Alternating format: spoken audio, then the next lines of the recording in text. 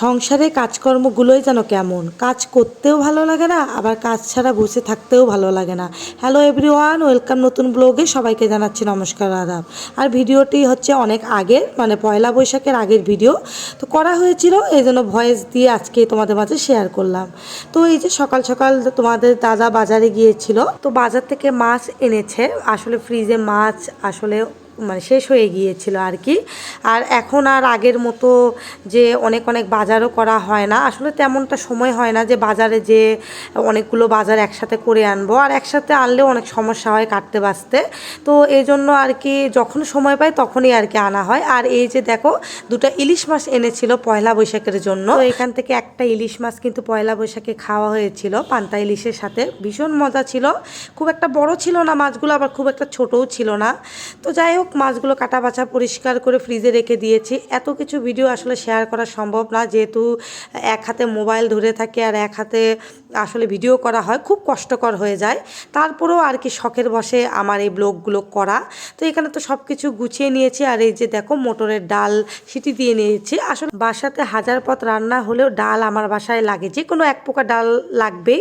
ভাত খাবার সময় যখন ডাল না খেলেও চলে, কিন্তু রান্না আমার ডাল করতেই হবে। তো যাই হোক, আজকে তো মটর ডাল রান্না করে নিলাম, মানে সেদিন রান্না করেছিলাম।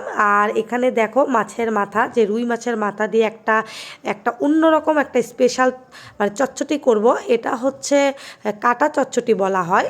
তো আমি অনেক দিন আগে বলতে আমি প্রায় হচ্ছে দুপুরে যখন রান্না করার পরে মানে খাবার দাবার খেয়ে দুপুরে শুয়ে থেকে আমি কার্টুন ভিডিওগুলো খুব পছন্দ করি, মানে বিভিন্ন কার্টুন যে ভিডিওগুলো, সেখানে আমি এই কাটা চচ্চটির কথা শুনেছিলাম। মানে ভেটকি মাছের মাথা দিয়ে কাটা চচ্চটি, এটা একটা ইন্ডিয়ান রেসিপি।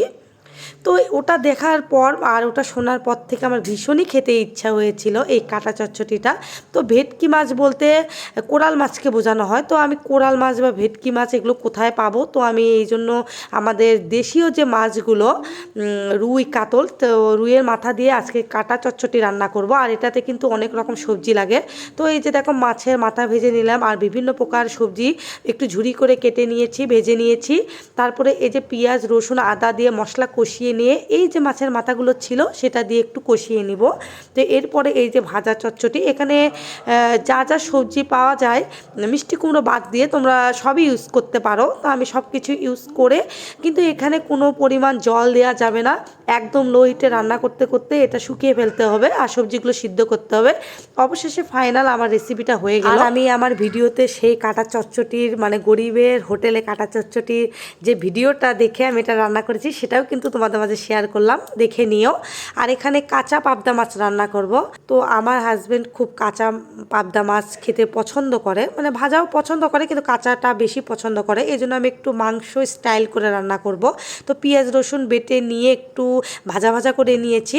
আর এখানে হচ্ছে মশলা অ্যাড করেছি, ওই রেগুলার যে মশলাগুলো ইউজ করে। আর এখানে একটা টমেটো কেটে দিয়েছি কষানোর পরে। তো এখন ভালো করে একটু মশলা কষিয়ে নিব। কষানোর পরে যে পাবদা মাছগুলো রেখে দিয়েছিলাম সেগুলো এখন দিয়ে দিব। আর পাবদা মাছ তো অনেক নরম আর সফট হয়, এজন্য বেশি নাড়াচাড়া করলে ভেঙে যাবে, এজন্য আমি অল্প পরিমাণে নাড়াচাড়া করে তারপরে এই যে ঝোল দিয়ে দিয়েছি। এখন আর নাড়াচাড়া করব না, ঢেকে দিব অল্প কিছুক্ষণ রান্না করার জন্য। তো এই যে দেখো কত সুন্দর ফুটছে। প্রথমে ভাবছিলাম তেল হয়তো বা বের হবে না, পরে যখন রান্না শেষে দেখলাম অনেক সুন্দর লাগছিল। আর এই পাবদা মাছগুলো কাঁচা রান্না করলে ভীষণই মজা লাগে। তো যাই হোক, রান্না তো শেষ হয়ে গেল। তো এই যে দেখো, এখন 3টার মতো বাজতেছে। আসলে যেই দিন ভিডিও করা হয় রান্না করতে করতে সেদিন ভীষণ দেরি হয়ে যায় খেতে খেতে। আর তাছাড়া তো রান্না বাদ দিয়েও তো অনেক কাজ আছে, ঘর পরিষ্কার বিভিন্ন। তো এই দিকে তো অনেক গরম পড়েছে কিছুদিন যাবৎ। তো এখন আর ছাদে যায় না কাপড় আর কি মেলে দিতে। তো আমি ছোট ছোট যেগুলো কাপড় চোপড় আছে সেগুলো বেলকুনিতেই আর কি মেলে দেওয়ার চেষ্টা করি, আর বড় কাপড় চোপড় হলে ছাদেতে দিই। তো দেখো, ঘর বাড়ি সব পরিষ্কার করে নিয়েছি। আমার অন্য কিছু হোক বা না হোক, আমি ঘর বাড়ি সবসময় পরিষ্কার পরিচ্ছন্ন রাখার চেষ্টা করি। তো দেখো কত সুন্দর ঝকঝকে চকচকে হয়ে গিয়েছে, পরিষ্কার পরিচ্ছন্ন ভালো লাগে। আর আমার বাচ্চারা ময়লা করলে খুব একটা ওইরকম ময়লা করে না। তো যাই হোক, এখন আমরা খাবার টেবিলে চলে এসেছি, খাবার খেয়ে নেবো, সব পছন্দের খাবার দাবার।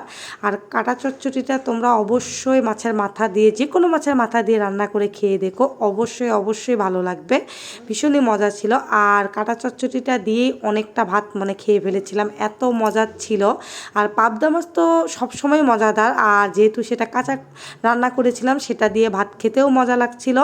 সব মিলে সব ভালোই ছিল খাবার দাবার। আমি কাটা চচ্চড়ি পছন্দ করলে কি হবে, তোমাদের দাদা আবার এই যে মাছের মাথাগুলো যে ভেঙে গুঁড়ো গুঁড়ো করে দিই, এটা কোনো তরকারিতেই সে পছন্দ করে না, তার নাকি কাটা কাটা লাগে সব তরকারি। তো এইদিকে দেখো খাবার দাবার শেষে মেয়ে একটু ড্রয়িং করছিল। তো ও প্রতিদিন খাবার দাবার শেষে আমরা একটু হলেও ঘুমাই, কিন্তু ও কখনো ঘুমায় না। তো বলে কি করব কি করব, তখন অবসর সময়ে সে ড্রয়িং করে, মাঝে মাঝে খেলাধুলা করে।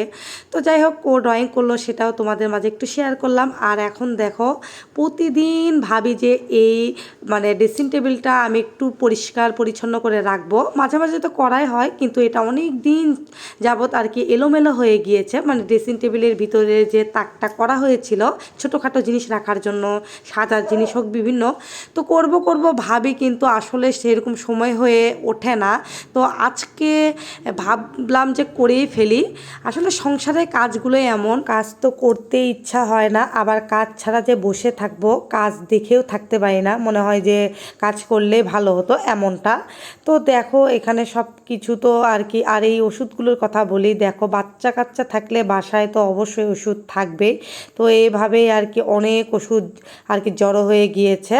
আর এই ওষুধগুলো অনেকগুলো কিন্তু 1 বছর 1.5 বছর 6 মাস আগেরও আছে এরকম আর কি। তো এভাবে কোনোটা খাওয়ানো হয়, কোনোটা খাওয়ানো হয় না, এইভাবে আর কি জমা হয়ে গিয়েছে। তো 1-2 বছর আগে সিএমএস থেকে যখন ডাক্তার দেখাতাম আর কি বাচ্চাকে, তখন আর কি যখন সর্দি কাশির জন্য দেখানো হতো, তখন আর কি ওষুধগুলো আর কি দেওয়া হয়েছিল। তো এগুলো ওষুধ বাদ দিয়েও যে কত আবার কিনেও খাওয়াতে হয়। দেখো আমি সবগুলো নামিয়ে নিয়েছি, এখন একটু করে মুছে আস্তে আস্তে করে গুছিয়ে নেব। এই গোছানো মাত্র 1 মাসও থাকবে না, 1 মাস বলতে 1 সপ্তাহ থাকবে না, আবার এলোমেলো হয়ে যাবে। তো দেখো আস্তে আস্তে করে কতগুলো ওষুধ মানে গুছিয়ে নিচ্ছি। আর দেখতে কিছুটা ফার্মেসির মতো লাগতেছে, মানে আমার ড্রেসিং টেবিলটাই মানে ফার্মেসি হয়ে গিয়েছে। এই যে গ্যাসের ওষুধ, ক্রিম, সর্দি কাশি, জ্বরের ওষুধ, কত প্রকার যে ওষুধ আছে, মানে বাচ্চা বাসায় থাকলে যা হয় আর কি সবই রেখে দিতে হয়, প্রয়োজন অনুসারে আর কি লাগে। তো এরপরে এখন আমাদের ওষুধের বক্সটা দেখায়। এই যে দেখো, যখন সিএমএসে যাওয়া হয় আর কি, তখন তোমাদের দাদাকে হাতে ব্যথা, পায়ে ব্যথা, মানুষের অনেকই ব্যথা আছে। তো যাই হোক, একটা খায়, দুটা খায়, আবার 10টা দিলে 5টা খায় না, এরকম করে করে অনেকগুলো জমা হয়ে গিয়েছে। তো যাই হোক, আজকের ভিডিওটা এই পর্যন্তই রাখছি। তো ভিডিওটি কেমন লাগলো জানিও, আর ভিডিওটি ভালো লাগলে লাইক কমেন্ট শেয়ার দিও, পেজটি ফলো দিও। টাটা।